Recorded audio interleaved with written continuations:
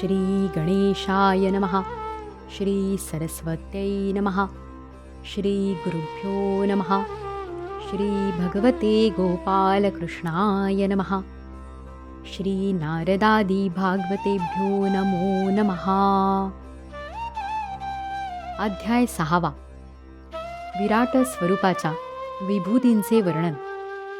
ब्रह्मदेव म्हणाले, त्याच विराट पुरुषाच्या मुखातून वाणी आणि तिची अधिष्ठात्री देवता अग्नी उत्पन्न झाला. 7 धातूंपासून गायत्री, त्रिष्टुप, अनुष्टुप, उष्णिक, बृहती, पंक्ती आणि जगती या 7 छंदांची उत्पत्ती झाली. रसनेंद्रिय आणि त्याची अधिष्ठात्री देवता वरुण, मनुष्य, पितर आणि देवतांना भोजन करण्यायोग्य अमृतमय अन्न, सर्व प्रकारचे रस हे सर्व विराट पुरुषाच्या जिभेपासून उत्पन्न झाले. त्याच्या नाकांच्या छिद्रांपासून प्राण, अपान, व्यान, उदान आणि समान हे 5 प्राण, तसेच वायू आणि घ्राणेंद्रियांपासून अश्विनी कुमार, सर्व औषधी तसेच सर्वसाधारण व विशेष सुगंध उत्पन्न झाले. त्याचे डोळे, रूप, तेज, डोळे, स्वर्ग आणि सूर्याची जन्मभूमी होत. त्याच्या कानांपासून सर्व दिशा आणि पवित्र करणारी तीर्थे आणि श्रोत्रेंद्रियांपासून आकाश आणि शब्द यांची उत्पत्ती झाली. त्याचे शरीर तर सर्व वस्तूंचे सार तसेच सौंदर्याचा खजिनाच होय.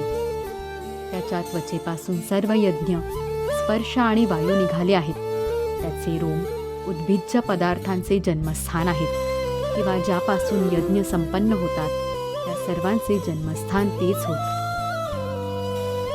त्याचे केस, दाढी, मिशा आणि नखांपासून मेघ, वीज, पाषाण आणि लोखंड इत्यादी धातू, तसेच भुजांपासून विश्वाचे बहुधा संरक्षण करणारे लोकपाल प्रकट झाले आहेत. त्याचे चालणे फिरणे हे भूलोक, भुवरलोक आणि स्वर्लोक या तिन्ही लोकांचे आश्रयस्थान आहे. सर्व इच्छांची पूर्तता करणाऱ्या त्याचे चरणकमल, जे मिळाले आहे त्याचे रक्षण करतात आणि भयाला पिटाळून लावतात.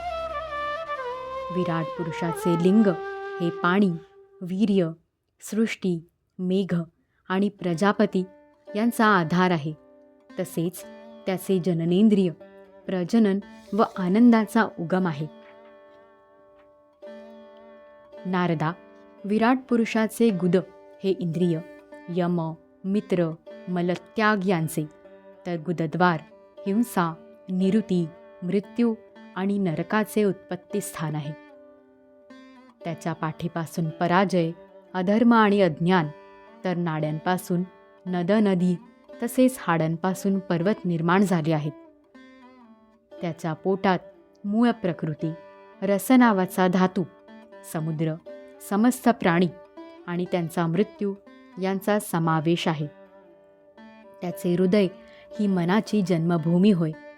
नारदा, मी, तू, धर्म, सनकादी, शंकर, विज्ञान आणि अंतःकरण हे सर्व त्याच्या चित्ताचे आश्रित आहेत.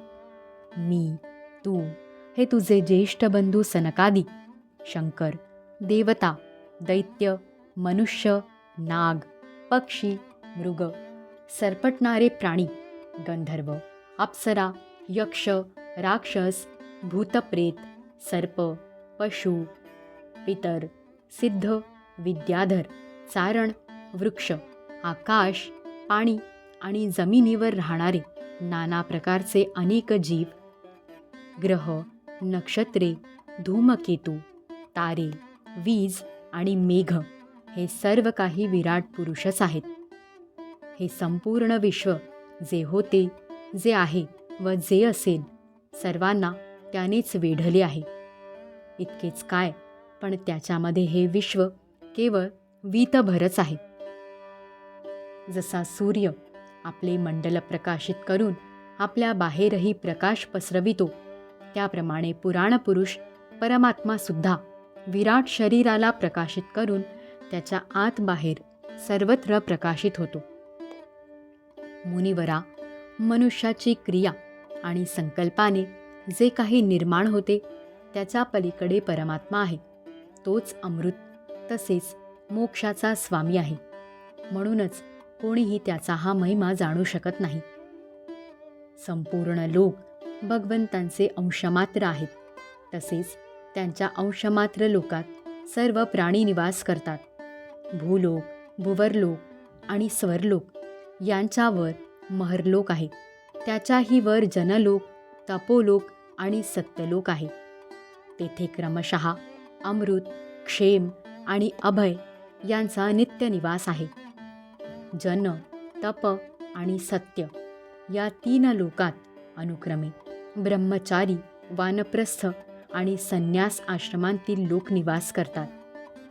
दीर्घकाळपर्यंत ज्यांनी ब्रह्मचर्य पाळलेले नाही असे गृहस्थ लोक भूलोक, भुवरलोक आणि स्वरलोक येथेच निवास करतात.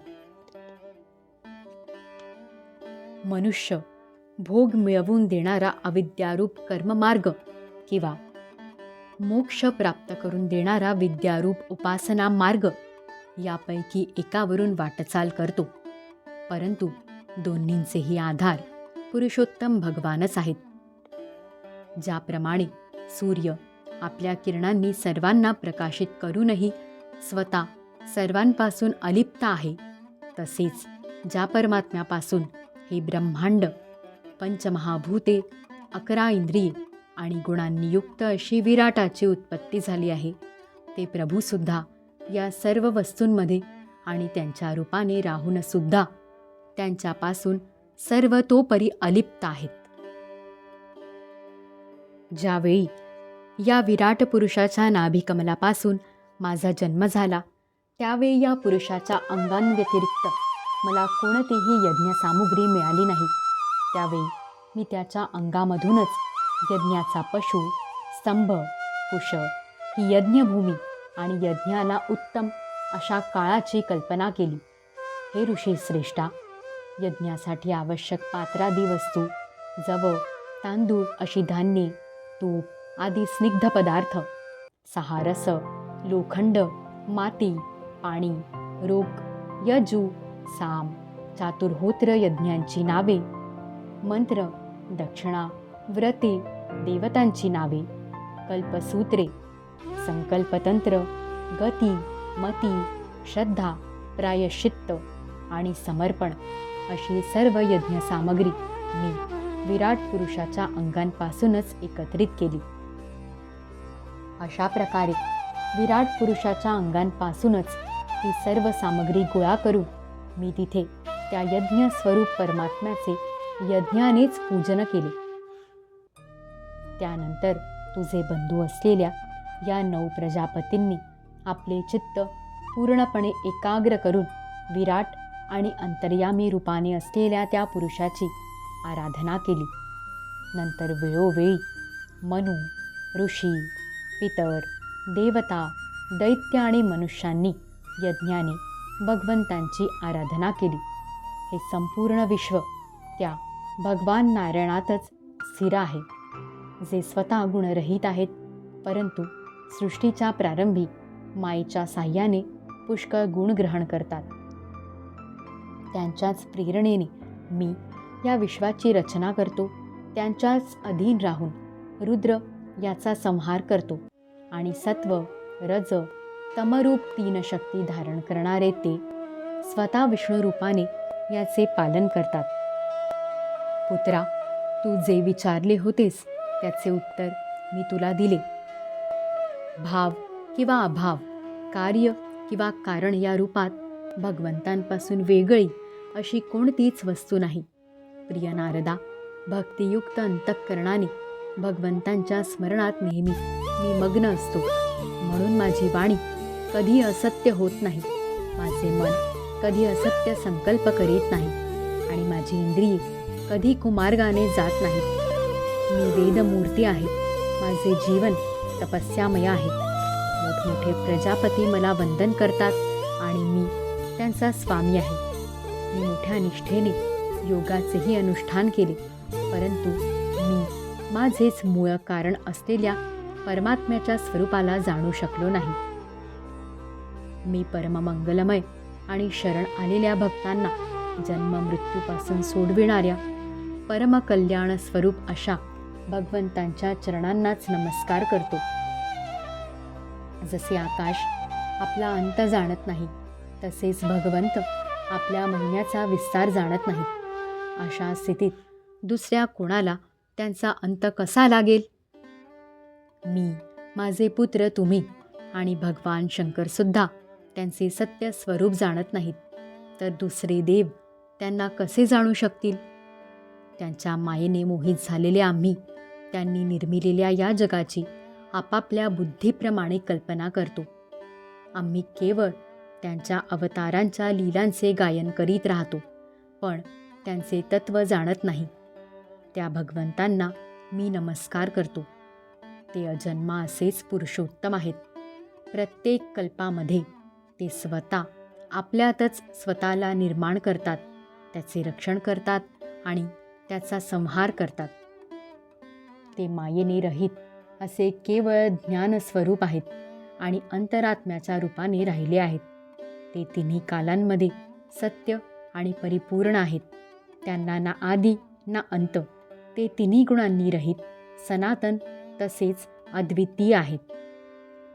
नारदा, महात्मे लोक ज्यावेळी आपले अंतःकरण, इंद्रिये आणि शरीराला पूर्ण शांत करतात, त्यावेळी त्यांना त्यांचा साक्षात्कार होतो.